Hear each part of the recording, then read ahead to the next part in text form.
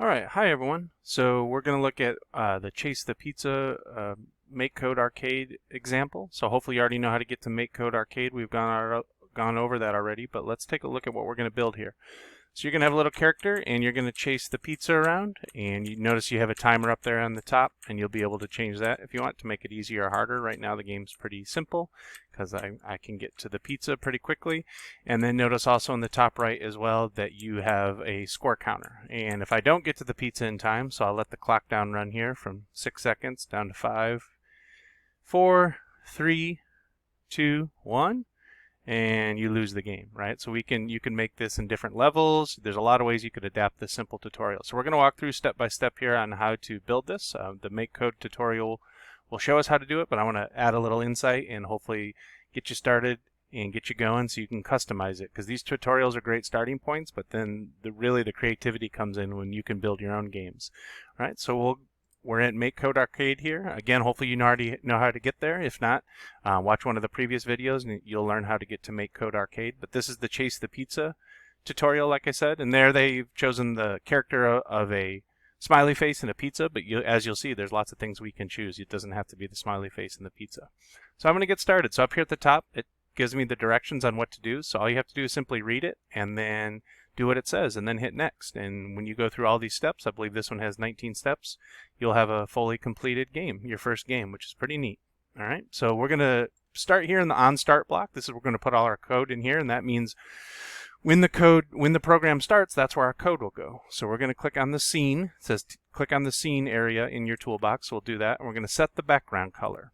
And so here you'll get to choose what background color you want, but what this says is when the game starts, set the background color. Right now it's a black, but you'll see there's lots we can choose from. So I'm going to hit next.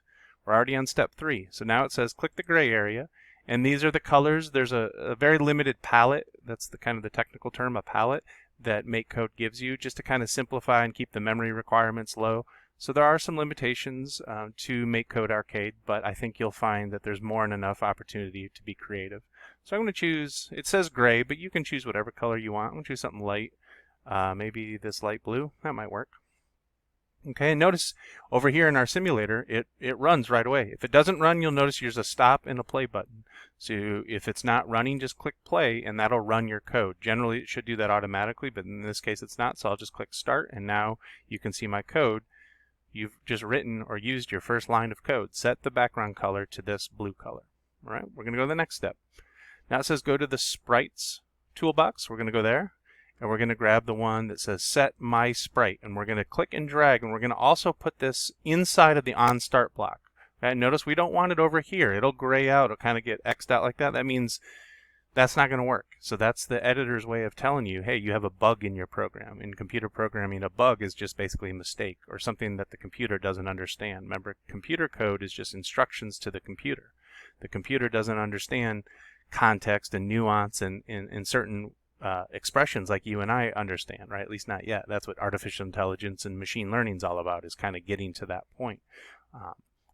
So what we have to do is we have to make sure that we're using the directions in the correct way. We're telling the computer the correct way to do things. So in this case, you have to put it in the on start block, and then you'll notice it'll kind of lighten up there, so which means, all right, I understand what you're saying. So this is going to create our new player, and so we'll go to the next step. So we're on step 5. It tells us to draw your player character. So we can do that by going here to this sprite block right here. A sprite, you'll see that term a lot in computer programming or in computer graphics. A sprite is basically just a character, or you can think of it in this case is our player.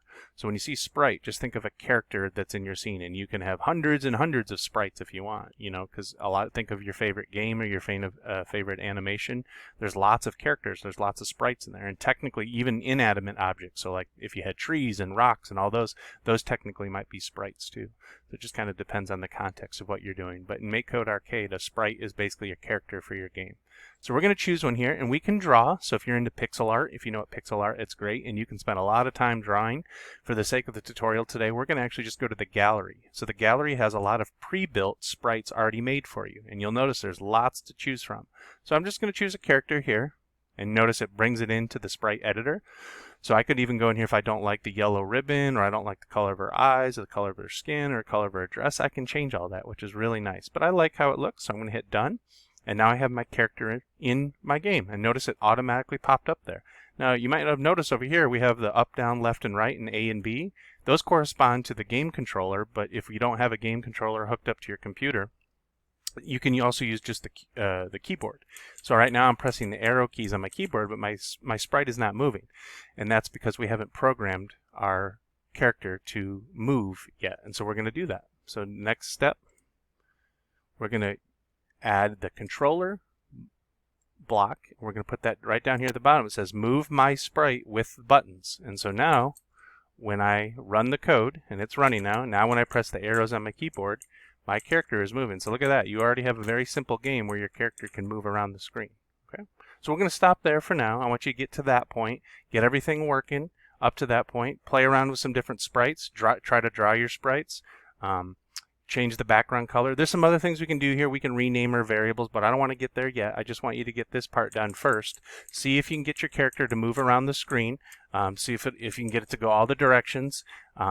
You can even, if you have a controller hooked up to your computer, so I have a controller here, a USB controller, or Bluetooth should work as well, although USB tends to work a little better in MakeCode Arcade, so I have a USB cable plugged in. I'm using the up, down, left, and right on my controller here. And an Xbox controller should work, a wired one. You can get those cheap online for, gosh, an Xbox 360 one you can get as cheap as $5 or $6 used, or go to the used game store and you can buy one. So that's kind of fun too, because now I'm using the controller to move my character around. But if you don't have a controller, you can also use the keys on your keyboard. All right, give that a try, and then come back for the next video, and we'll keep adding to our Chase the Pizza game. Have fun.